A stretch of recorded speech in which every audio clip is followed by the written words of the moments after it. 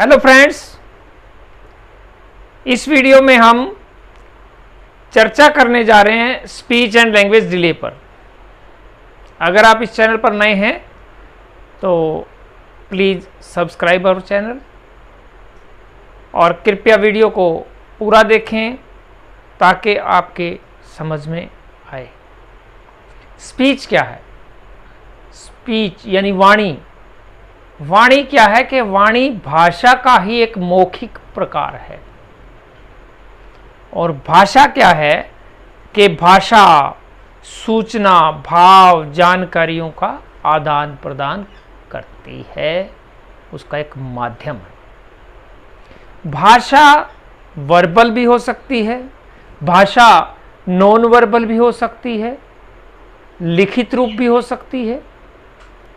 तो चलिए चर्चा करते हैं स्पीच एंड लैंग्वेज डिले पर।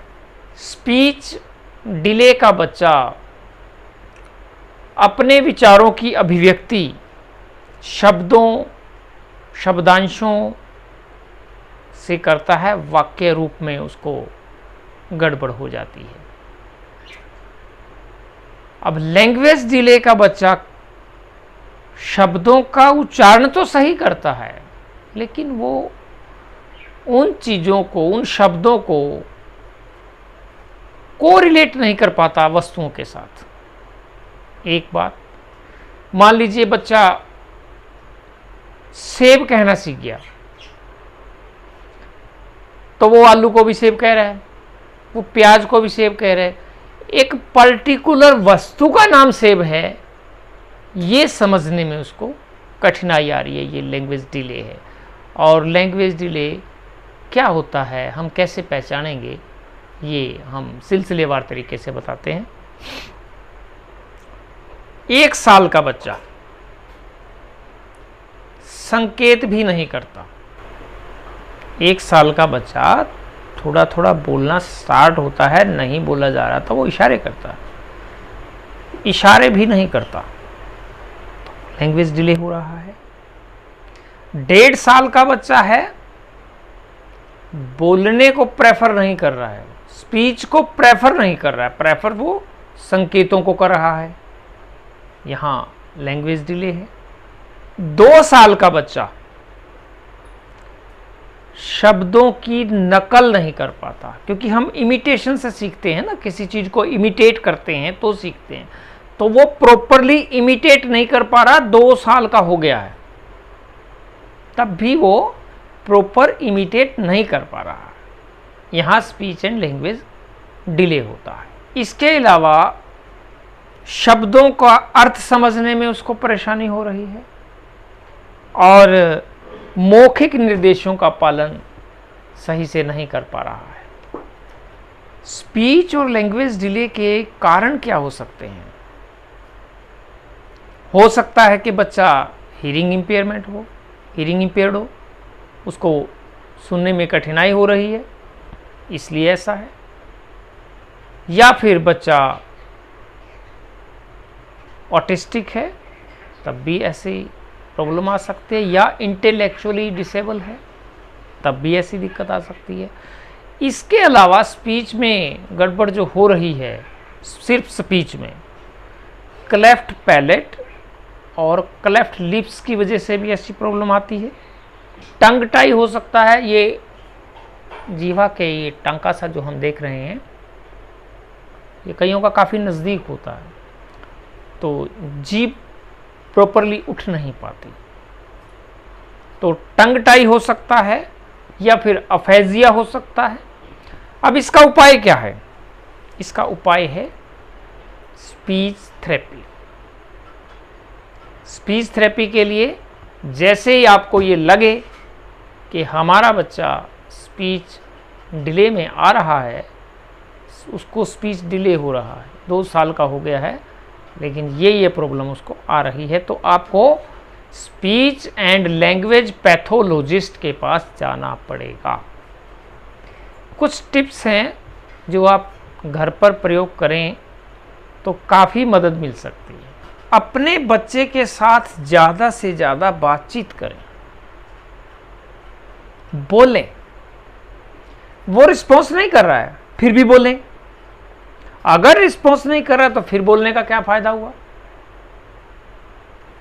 लैंग्वेज स्किल दो प्रकार की होती हैं, एक होती है एक्सप्रेसिव लैंग्वेज स्किल और दूसरी होती है रिसेप्टिव लैंग्वेज स्किल।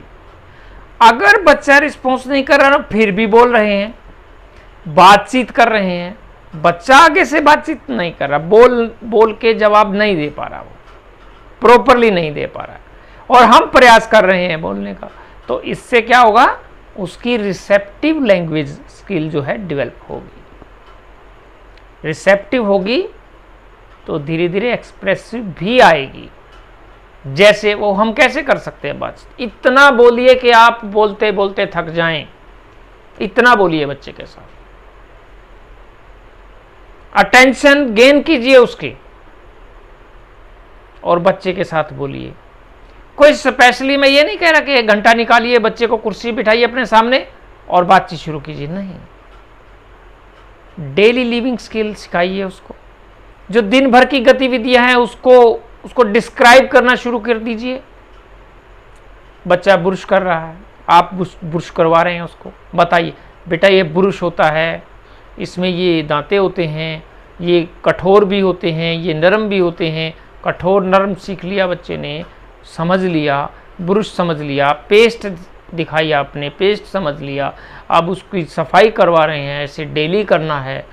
आप सब्जी काट रहे हैं, आंखों से आंसू आ रहे हैं, प्याज चीर रहे हैं, तो डिस्क्राइब करना शुरू कर दीजिए कि ये प्याज है, प्याज के काटने से आंखों में आंसू आते हैं, ये जो पानी आंखों में निकल रहा है इसको आंसू कहते हैं, और जिस चीज को हम काट रहे हैं इसको प्याज कहते हैं, जिस वस्तु से काटा जा रहा है इसको चाकू कहते हैं। देखिए, स्पीच थेरेपी, स्पीच करेक्शन के तरीके, ये कोई टैबलेट नहीं है कि हम बच्चे को खिला दें और बच्चा, प्रयास तो आपको करने पड़ेंगे। सबसे ज़्यादा प्रयास माँ को करने होते हैं, सबसे पहला गुरु माँ है। बातचीत तो आप कर सकते हैं, बातचीत का प्रयास कीजिए, वार्तालाप कीजिए बच्चे के साथ, डिस्क्रिप्शन दीजिए, हर बात पे डिस्क्रिप्शन दीजिए और प्रत्येक गतिविधि का वर्णन करना शुरू कीजिए, डिस्क्रिप्शन देना शुरू कीजिए। बच्चे की रिसेप्टिव लैंग्वेज इस प्रकार से हम डेवलप कर सकते हैं और बच्चे को अगर ऑटिज़म है तो उस तरीके से डील करना है, और अगर बच्चा इंटेलेक्चुअल डिसेबल है तो उसका अलग से मेथड है। अगर बच्चा ठीक ठाक नॉर्मल IQ का फिर भी उसमें लैंग्वेज डिले हो रहा है तो देखिए कि कहाँ गड़बड़ हो रही है। अगर नहीं समझ में आ रहा है तो स्पीच एंड लैंग्वेज पैथोलॉजिस्ट के पास जाएं, और ये पूरी तरह से ठीक होने वाला काम है, स्पीच एंड लैंग्वेज डिले। तो मुझे उम्मीद है आपने इस वीडियो से कुछ सीखा होगा और इसको आप अप्लाई करेंगे। जहाँ भी आपके नज़दीक, आपके घर में, आपके पड़ोस में, आपके रिश्तेदारी में इस तरह का बच्चा हो तो आप उसको टिप्स दीजिए, बच्चे में सुधार आएगा, आपको भी खुशी होगी। वीडियो अच्छा लगा तो लाइक कीजिए, बहुत अच्छा लगा तो शेयर कीजिए। Thank you.